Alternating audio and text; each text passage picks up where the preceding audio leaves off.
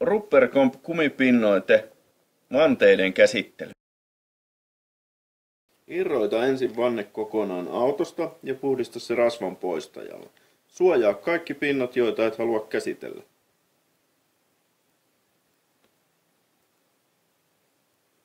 Kuten mikä tahansa spraymaali, Ruppercomp pitää sekoittaa joka kerta ennen kuin aloitat käsittelyn.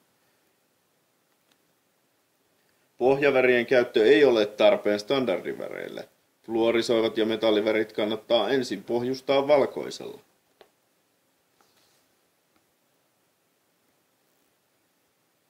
Varmista, että koko pinta-ala on käsitelty, mutta älä maalaa turhan paksua kerrosta. Odota aina noin 15 minuuttia kerrosten välillä, jotta vältyt pinnoitteen valumiselta.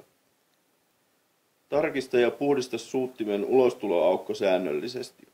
Suihkuta tasaisesti, hitaasti edeten, noin 15-20 cm etäisyydeltä. Jokaiseen vanteeseen suihkutetaan vähintään 4 kerrosta. Kun pinnoite on vielä märkää, voit poistaa teipit tai muut suojat.